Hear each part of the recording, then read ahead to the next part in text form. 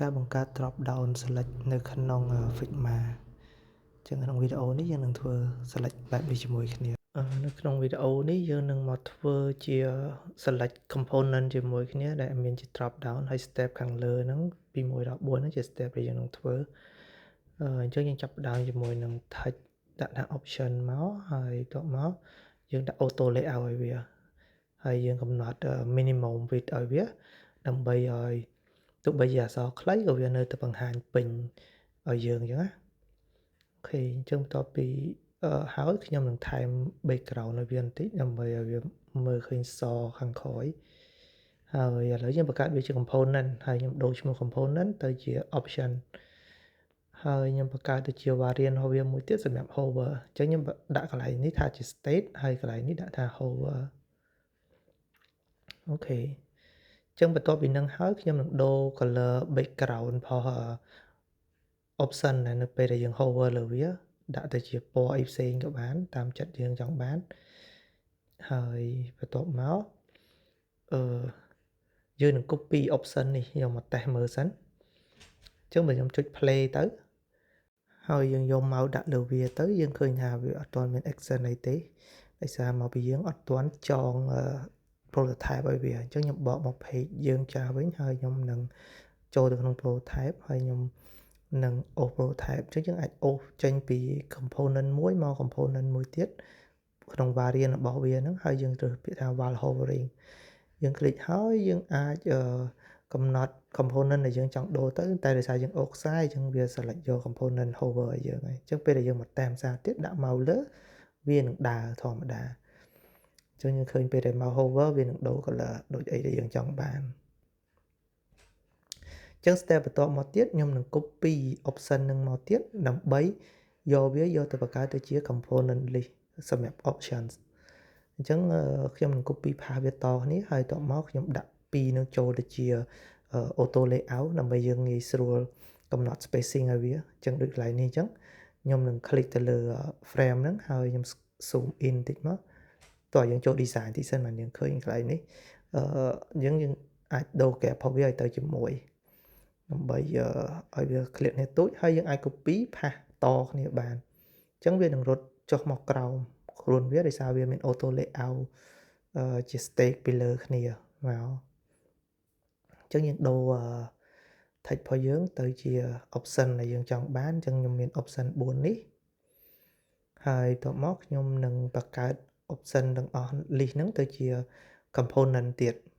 យើងបង្កើតវាទៅជា component ដោយសារមកពីវាងាយស្រួលក្នុងការដែលយើងថែម option នៅពេលក្រោយទៀតអញ្ចឹងណាអញ្ចឹងខ្ញុំដាក់វាថាទៅជា list of component ឬ list of options ឬក៏ option តទេក៏បានដែរដើម្បីងាយស្រួលចាំគ្រាន់តែ option នេះមាន s អញ្ចឹងយើងអាចចំណាំបានអូខេអញ្ចឹងបន្ទាប់ពីខ្ញុំ copy ហើយខ្ញុំនឹង copy ខ្ញុំនឹង copy មួយក្នុងចំណោម option ទាំងអស់ហ្នឹងយកមក detach component ចោលដើម្បីឲ្យវាទៅជា component ធម្មតាដើម្បីយើងកែប្រែវាទៅជា select box វិញអញ្ចឹងកន្លែងនេះខ្ញុំដូរពាក្យនេះទៅជាពាក្យថា select ហើយខ្ញុំនឹងដាក់ drop down មួយឲ្យវាអញ្ចឹងខ្ញុំគូសវាជាមួយនឹង pen tool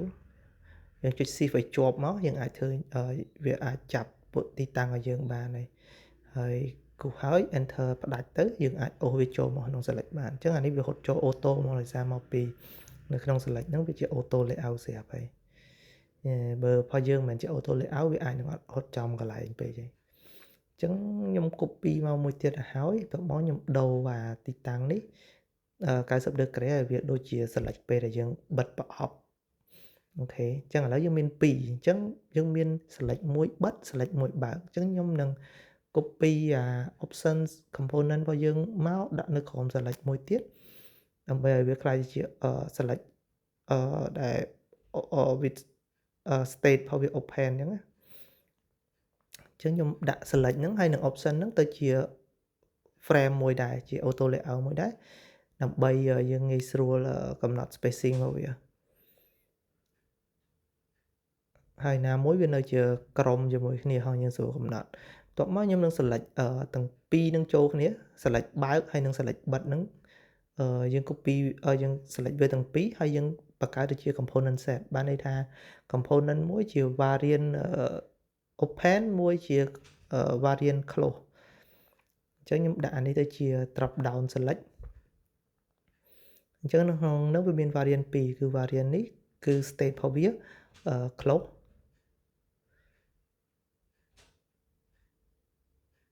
ហើយនឹងមួយទៀត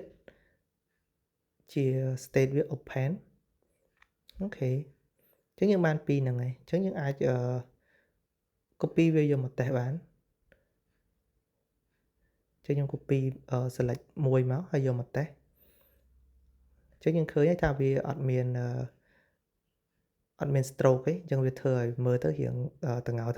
យើងមើលទៅអញ្ចឹងឥឡូវខ្ញុំមកថែម stroke ឲ្យវាបន្តិចសិនអញ្ចឹង stroke កន្លែងនេះខ្ញុំនឹងដាក់ stroke ឲ្យវា add stroke មួយអញ្ចឹងវាមាន zoom អញ្ចឹងបើយើងមើលទៅឃើញថាមាន zoom ហើយនៅលើ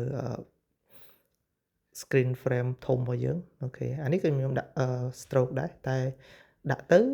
វាបាត់ខ្លះហើយដោយសារយើងដាក់នៅលើ frame នឹងមកអញ្ចឹងខ្ញុំប្រើ outside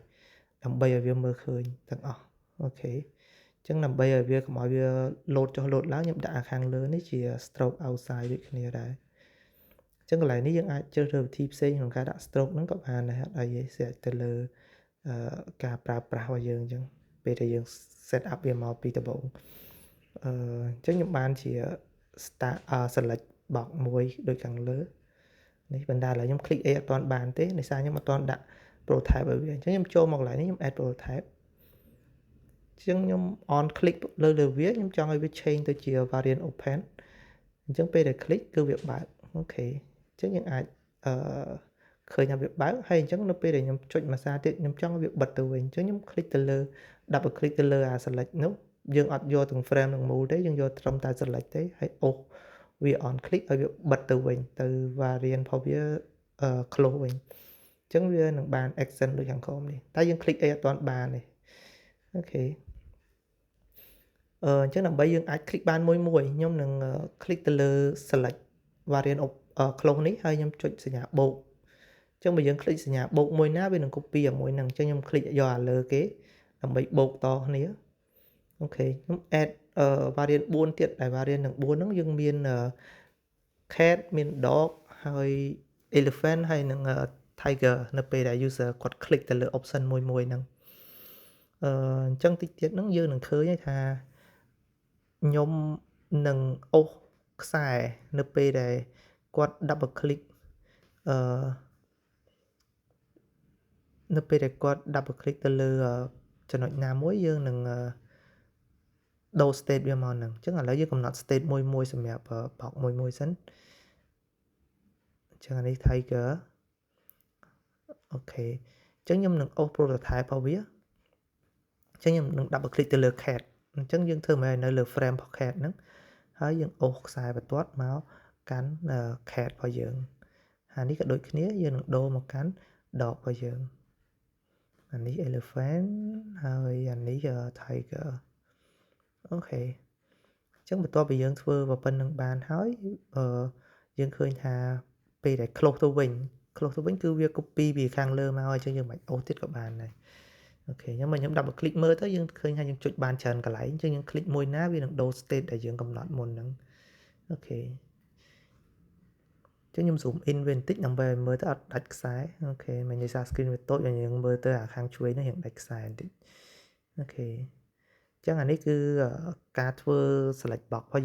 យើងធ្វើប៉ុណ្្នឹងមកគឺយើងអាចធ្វើបានជា select box មួយដែលងាយស្រួលប្រើហើយអូខេអរគុណច្រើន